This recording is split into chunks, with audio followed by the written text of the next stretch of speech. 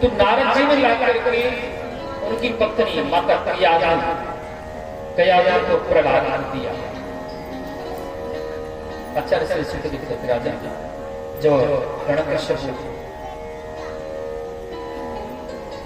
तपस्या करने के लिए गया तो हिरण्यकश्यप को 4 पुत्र थे। 4 पुत्रों को इंद्र मार दिया। 4 पुत्रों को जब इंद्र मार दिया तो 5वां उनकी पत्नी गर्भवती है, 5वां संतान गर्भ में है।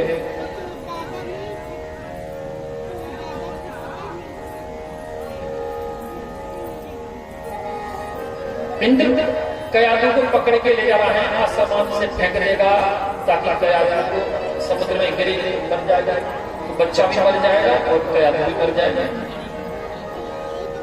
तो नारद जी उसको रोक दिए कि इंद्र तुम बड़ा दुष्कार्य करने जा रहे हो। कयाधु के गर्भ में राक्षस पुत्र अवश्य है, लेकिन नारायण भगवान का परम पुत्र है। तो नारद जी महाराज कयाधु माता को लेकर के अपने आश्रम में ले गए। वहां कयाधु ने एक बच्चे को जन्म दिया जिसका नाम पड़ा श्री प्रहलाद,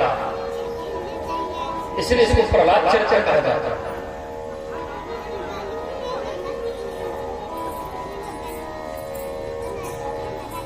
कहते हैं राम एक तापसतियतारी नाम कोटे फल कुमते सुधारी कहूँ कहाँ लगे नाम बड़ाई राम न सकही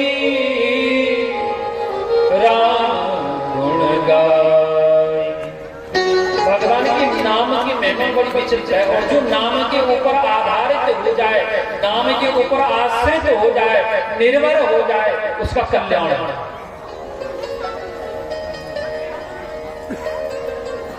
नारद जी से सत्संग प्राप्त करके प्रहलाद महाराज नारायण भगवान के परम भक्त हिरण्यकश्यप आया। नारद जी जाकर कयाधु और प्रहलाद को समर्पित करते हैं। बोले भैया तुम्हारी पत्नी तुम्हारा बेटा है, बाकी 4 पुत्रों को इंद्र ने मार दिया, मैं कुछ कर नहीं पाया। हिरण्यकश्यप क्या किया, अपने दैत्य शुक्राचार्य के आश्रम में प्रहलाद जी को विद्या ज्ञान करने के लिए भेज दिया। वो कहां समझ पाया कि प्रहलाद जी से पहले से पारंगत है प्रतिविद्या में, क्योंकि प्रहलाद जी ने नारद जी को गुरु बन लिया। कुछ समय बाद हिरण्यकश्यप ने प्रहलाद को बुलाया, बुलाकर ये गोदी में बैठाए। गोदी में बैठा के बोले कि पुत्र आपने गुरु जी के आश्रम में क्या सीखा? बोले पिताजी कि श्रवणम कीर्तनम विष्णु, कि श्रवणम कीर्तनम विष्णु, कि स्मरणम पाद सेवनम अर्चनम वंदनम दास्यम संकल्प निवेदनम। बोले पिताजी मैंने एक ही वस्तु, एक ही चीज वहां सीखी है, एक ही मैंने निचोड़ निकाला है कि ये शरीर नश्वर है, नाशवान। इससे हमें प्रत्येक क्षण प्रत्येक समय परमात्मा का स्मरण करना चाहिए, नारायण भगवान का भजन करना चाहिए, तो हमारा कल्याण।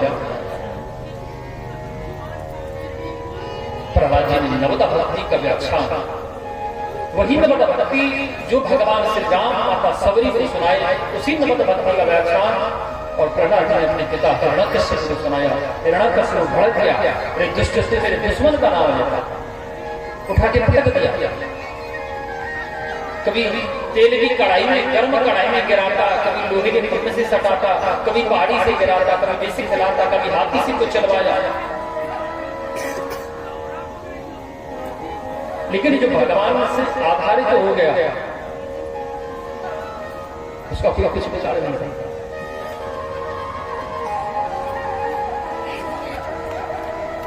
एक समय की बात, भगवान राम माता सीता हरण होने के बाद, सुग्रीव से मित्रता करने के बाद रामेश्वर में स्थापना किए। उसके बाद सेतु बंध का निर्माण प्रारंभ हुआ, पुल बनाना चालू हुआ। विश्वकर्मा के पुत्र नल नील दोनों पुल बनाना चालू कर दिए। सारी मंदिर से ना राम नाम लिख करके पत्थर दे रही है, और वो पत्थर फेंक गए, पत्थर पानी में तैरते हैं, क्योंकि नाम का आश्रय है, नाम का सहारा। भगवान राम के मन में आया, क्यों ना मैं भी 2-4 पत्थर फेंक। भगवान राम पत्थर उठाए और समुद्र में फेंके, नीचे गिर गया। फिर और पत्थर उठाए, फिर नीचे गिरे, फिर डूब गया। फिर एक और पत्थर उठाए, फिर गिराए, फिर डूब गया। जिससे भगवान श्री राम चिंतित हो गए, दुखी हो गए। बोले ये लोग पत्थर गिरा रहे हैं तो पत्थर तैर रहा है, और मैं छोड़ रहा हूं, गिर रहा, डूब रहा। भगवान जोर से आवाज लगाए, हनुमान नल नील अंगद जामवंत लक्ष्मण सब लोग इधर आए। सब लोग दौड़ते हुए आए।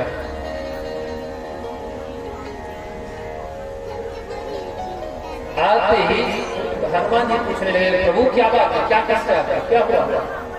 बोले मुझे एक प्रश्न का उत्तर चाहिए। बोले कौन सा प्रश्न? बोले प्रश्न मेरा यह है कि आप लोग जब पत्थर गिरा रहे हो वो पत्थर तैर रहा है, और जब मैं गिरा रहा हूं वो पत्थर डूब रहा है, क्या कारण है? हनुमान जी हंसे गए। बोले प्रभु हम जो पत्थर गिरा रहे हैं वो आपके नाम का आश्रय देख करके, आपके नाम का सहारा देख करके कि राम जी जाने, तो आपके नाम के आश्रय से वो तैर रहा। और हे प्रभु, जिसको आप अपनी गोदी में लेकर के अपने हाथों से स्वतः छोड़ दीजिएगा, गिरा दीजिएगा, इस त्रिलोकी में उसे डूबने से कौन बचा सकता है? कोई बचा सकता? कोई नहीं बचा पाता।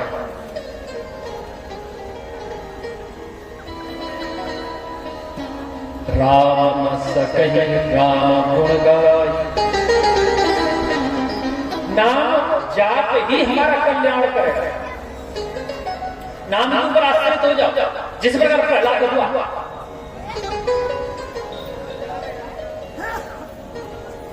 एक बार माता पार्वती महादेव जी को प्रश्न करने लगे। बोले प्रभु एक बात बताओ कि आप जो ये भस्म जो होती है, चिता की भस्म, इसको अपने शरीर में क्यों धारण करते हैं? इसको अपने शरीर में क्यों धारण करते हैं? भगवान भोलेनाथ हंस रहे। देवी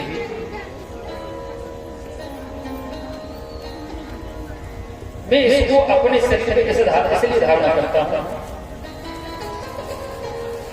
चलिए मैं आपको आगे चल कर दिखाता हूं।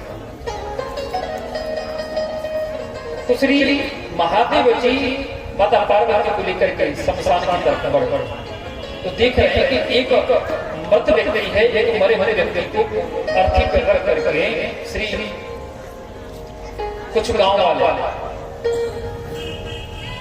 वाले लोग उसको लेकर के आ रहे हैं और कह रहे हैं कि राम नाम सत्य है, कि राम नाम सत्य है, सत्य गुरु सत्य है, राम नाम सत्य है। बोले देवी यही कारण है कि मैं इसको अपने शरीर में धारण करता हूं, कि राम का नाम मुझे सबसे ज्यादा प्रिय है, सबसे ज्यादा प्रिय। और ये जीते जी तो नाम नहीं लिया, जीते जी तो नाम नहीं लिया, लेकिन कम से कम इसका मृतक शरीर इतना सार्थक हो गया कि अपने तो नाम नहीं लिया, लेकिन अपना मर करके, शरीर मर करके और 100 लोगों से बार बार राम का नाम पुकार रहा है। इसलिए मैं इसको अपने शरीर में धारण करता हूं, इसको बंधन करता हूं। बोलिए पार्वती पते हर हर महादेव।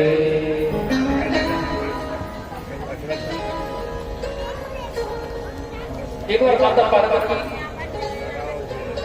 विष्णु सहस्त्रनाम का पाठ कर रही थी। ध्यान देते विष्णु सहस्त्रनाम का पाठ कर रही थी।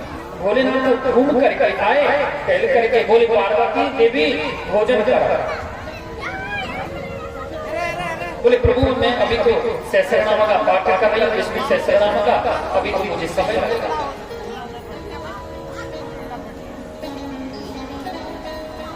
देवी इसमें तो समय और श्रम दोनों लगेगा, समय और श्रम दोनों चीज लगेगी। इसमें समय भी लगेगा और शक्ति भी लगेगा। तुम साधु संतों की तरह क्यों नहीं करती? बोले क्या करना चाहिए? बोले कि मेरा श्रम भी न लगे और समय भी न लगे। बोले क्या करना चाहिए? तो माता पार्वती पूछने लगी प्रभु कीनो पाए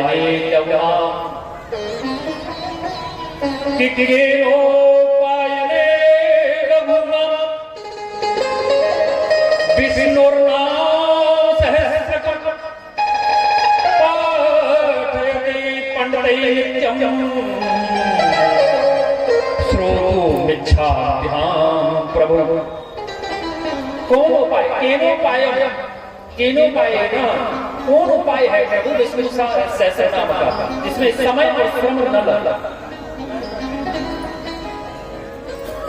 ईश्वरो वाच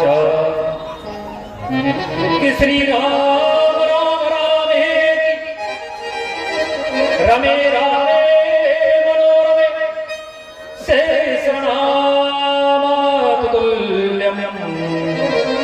राम नाम वरानने। एक राम नाम सहस्रनामतुल्यं, सहस्रनाम के बराबर है। कि आपदामपहर्तारं दातारं सरसंपदां लोकाभिरामं श्रीरामं भूयो भूयो नमाम्यहम्। सारी संपदाएं देने वाला है, सारा सुख देने वाला है। और क्या करता है राम नाम? पता है प्रहलाद जी ने तभी तो गाया था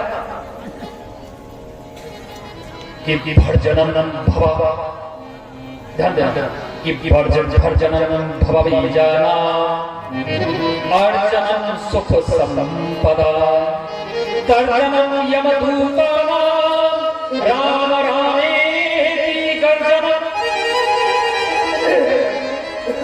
देवी भवसागर से पार करने वाला, भर्जनम भव बीजाना, भवसागर से पार करने वाला। और क्या करने वाला राम? अर्जनम सुख संपदा, सारी सुख सुविधाओं को अर्जित करता है राम। सारी सुख सुविधाएं हमें उपलब्ध करा देगा। तर्जनम यमदूतानां, अगर यमदूत भी दिखाई देंगे ना वो भी भाग जाएंगे। कब भागेंगे? गर्जनम राम रामेति गर्जनम, जब हम राम नाम की गर्जना करेंगे। बोले श्री सियापति रामचंद्र की।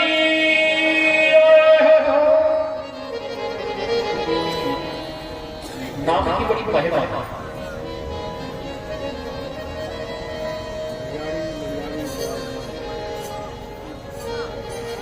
प्रहलाद जी श्री नारायण नारायण प्रसन्न करते हैं। एक दिन क्या हुआ, कुछ राक्षस पुत्रों ने आकर के प्रहलाद जी को घेर लिया, चारों तरफ बैठ के प्रहलाद जी को पूछे, बोले प्रहलाद भैया एक बात बताओ कि तुम्हारे भी गुरु जी वही है और हमारे भी गुरु जी वही है, लेकिन तुम इतने विद्वान हो, इतने ज्ञानी क्यों हो और हमारे अंदर इतना ज्ञान क्यों नहीं? प्रहलाद जी बोले कि गुरु सीखे अंध बधिर कर देखा, एक न सुना एक नहीं देखा। बोले हे मित्रों, ये जो गुरु दैत्य गुरु शुक्राचार्य के जो दोनों पुत्र हैं ना, गुरु सीखे अंत बदरी कर लेखा, एक न सुन नहीं एक नहीं देखा। दोनों अंधे और बहरे ये मेरे गुरु नहीं है। यानी दैत्य गुरु शुक्राचार्य के दो पुत्र हैं, संड और अमर। संड को दिखाई नहीं देता, अंधरा है, और अमर को सुनाई नहीं देता, बहरा है। ये मेरे गुरु नहीं है। मेरे गुरु हैं देवगुरु देवर्षि श्री नारद जी महाराज। तो उनसे ही मैंने गुरु दीक्षा प्राप्त की। इसके अंदर ज्ञान है। बोले भैया एक बात बता, तू इतनी महाराज हिरण्यकश्यप ने इतनी कठिन आपको यातनाएं दी, लेकिन तूने आज तक ये नहीं बताया तू नाम जो जपता है ऐसा क्या है उस नाम में जो तेरी हमेशा रक्षा होती है। एक बार तो अति करती है तुम्हारे प्रकाश से, इतनी अति करती है कि दोनों बहन भैया मिल गए, हिरण्यकश्यप और उसकी बहन होलिका। लल्लुआ ध्यान देना, आपकी कथा चल रही। दोनों बहन भैया मिल गए, दोनों बहन भैया। एक तो बुआ तो होती है कि भैया और भतीजे चाहे मेरा पूरे ससुराल नष्ट हो जाए, लेकिन मेरे भैया भतीजे सुरक्षित रहने चाहिए। सब चीज मिल जाती है संसार में। पति मर जाएगा, पति मिल जाएगा, बेटा मर जाएगा, बेटा मिल जाएगा, कुटुंब भी मर जाएगा, फिर कुटुंब बन जाएगा। लेकिन अगर भैया मर जाए कभी उत्पन्न नहीं होगा, कभी प्राप्त नहीं होगा।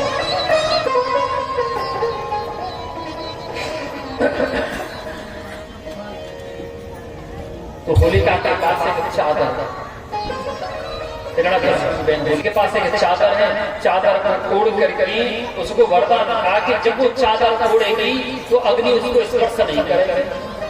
ब्रह्मा जी का वरदान। बैठा दिया गोदी में, चारों तरफ से बोली कि लगा दो लकड़ी और गोईठा, और सबने लकड़ी गोईठा लगा दो और आग लगा दो। धीरे धीरे जब अग्नि दहेगी तो लकड़ी जलने लगी, लकड़ी के साथ साथ अब तो होलिका को आग ने स्पर्श कर दिया। होलिका के शरीर ने आग पकड़ ली और होलिका का शरीर धू-धू करके जलने लगा।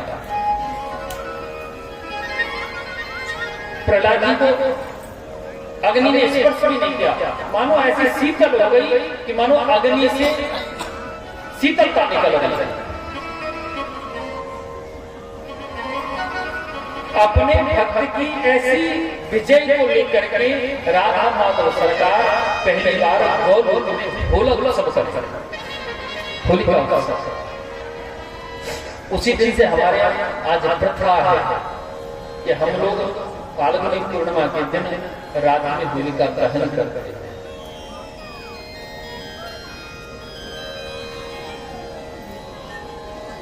तो आज यहाँ भी होगा।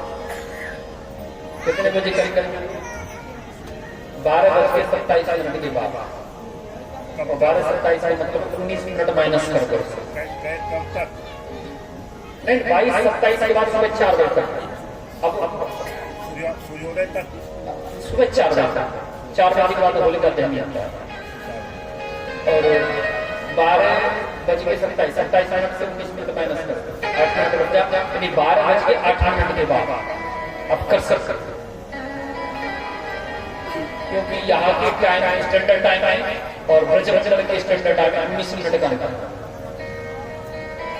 19 मिनट माइनस। हमारे ब्रजमंडल में भद्राचार्य है 12:28 मिनट, उसमें 19 मिनट माइनस कर दो।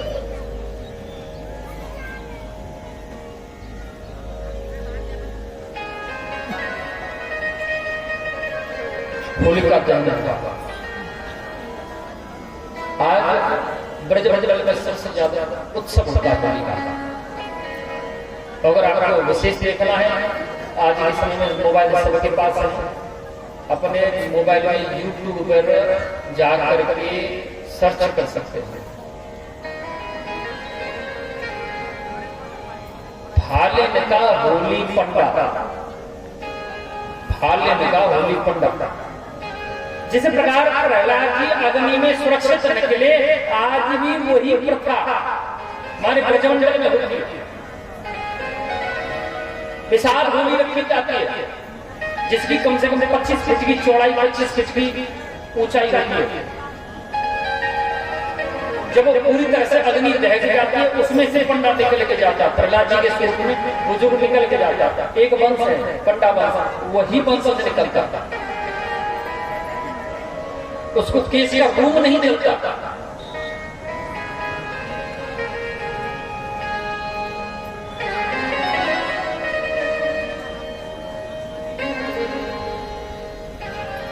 और जो अमीर गुलाल का होली होगा, हमारे यहाँ भागवत महापुराण के अनुसार 26 तारीख को होगा।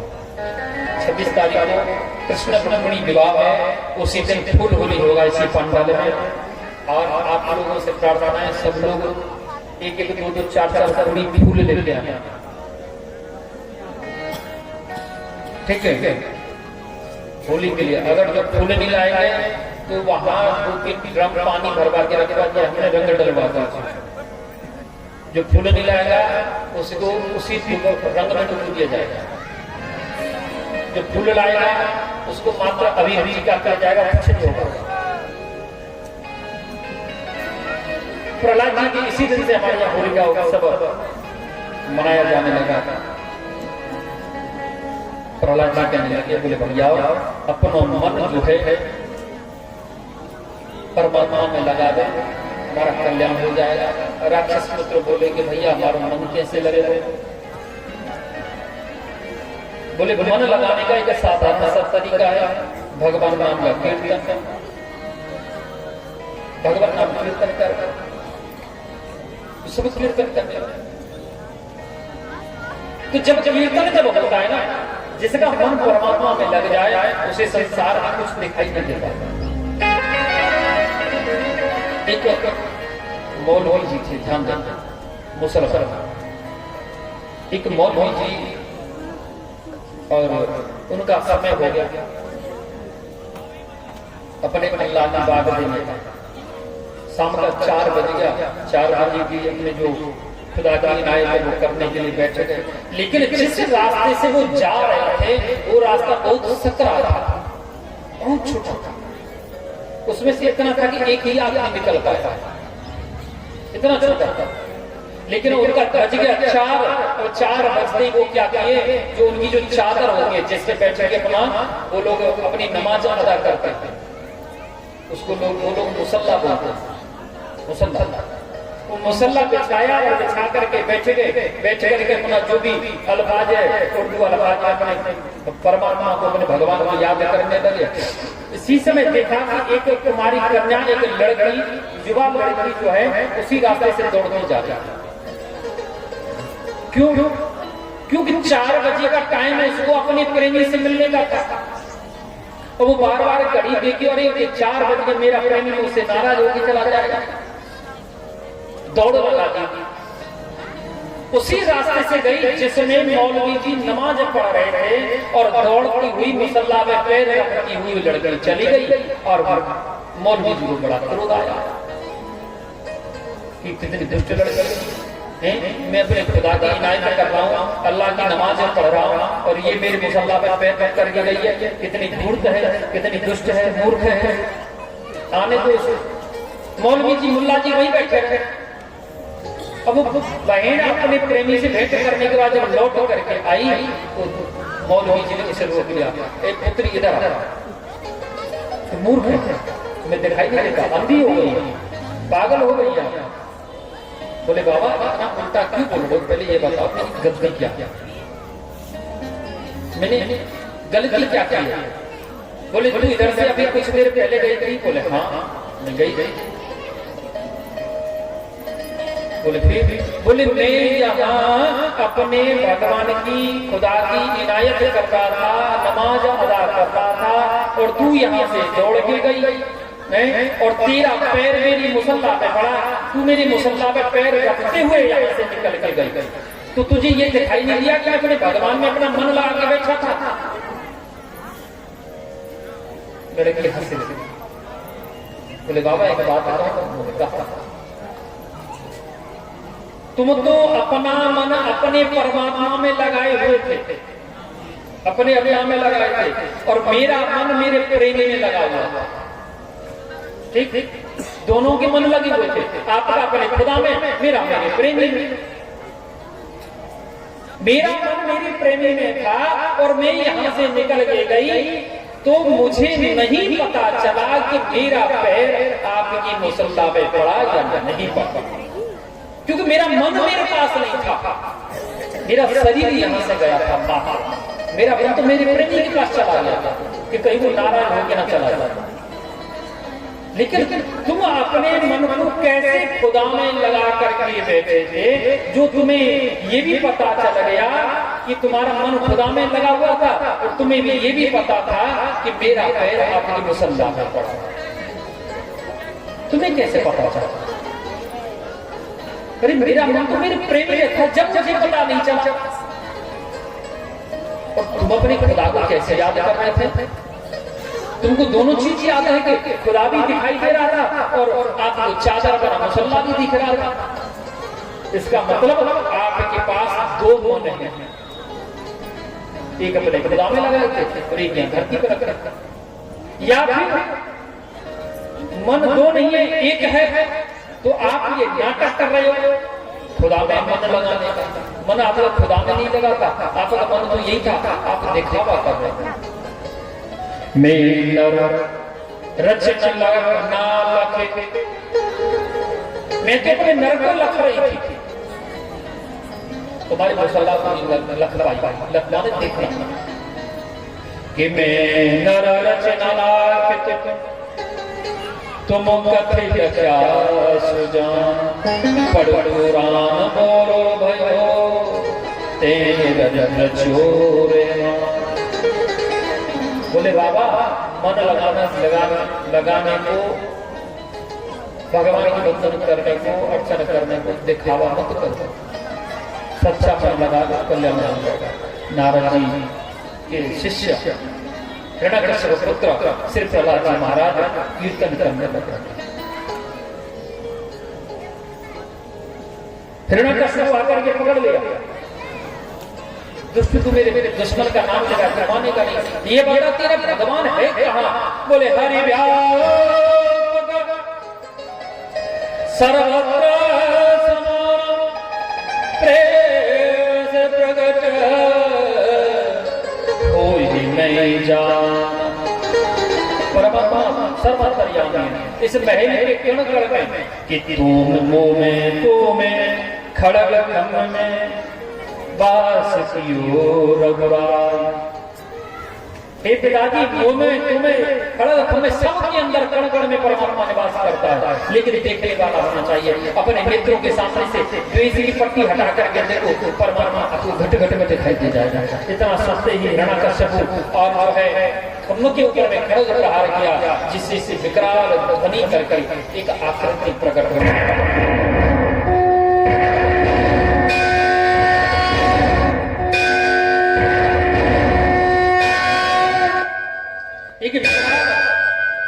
एक विकराल ध्वनि उत्पन्न हुई, आकृति उत्पन्न हुई, जिसका जो न तो सिंह है और न नर है, आधा नर जैसा लग रहा है, आधा सिंह जैसा लग रहा है, इसलिए उसका नाम पड़ा नरसिंह। बोलिए श्री नरसिंह भगवान की। नरसिंह भगवान हिरण्यकश्यप को पकड़े और ला करके दरवाजे में जाए, दरवाजे में लाकर अपने पैर पे पटक लिया। सुना, बोले तुम कौन है? हिरण्यकश्यप ने पूछा तुम कौन है? बोले तुझे दिखाई नहीं देता? मैं नरसिंह हूं, मैं आधा नर हूं आधा सिंह हूं। बोले तुम मुझे नहीं मार सकते। बोले क्यों? मैंने ब्रह्मा जी से वरदान प्राप्त किया है। बोले क्या वरदान प्राप्त किया है? बोले मैंने वरदान प्राप्त किया है कि मैं घर के अंदर मरूंगा, बाहर मरूंगा,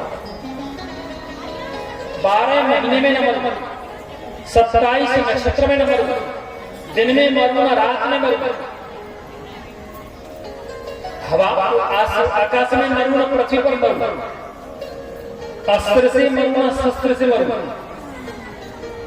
बोले देख 12 महीने नहीं है, ये 13वां महीना है, इसको अधिक मास कहा जाता है। आप लोग बिहार में तो मास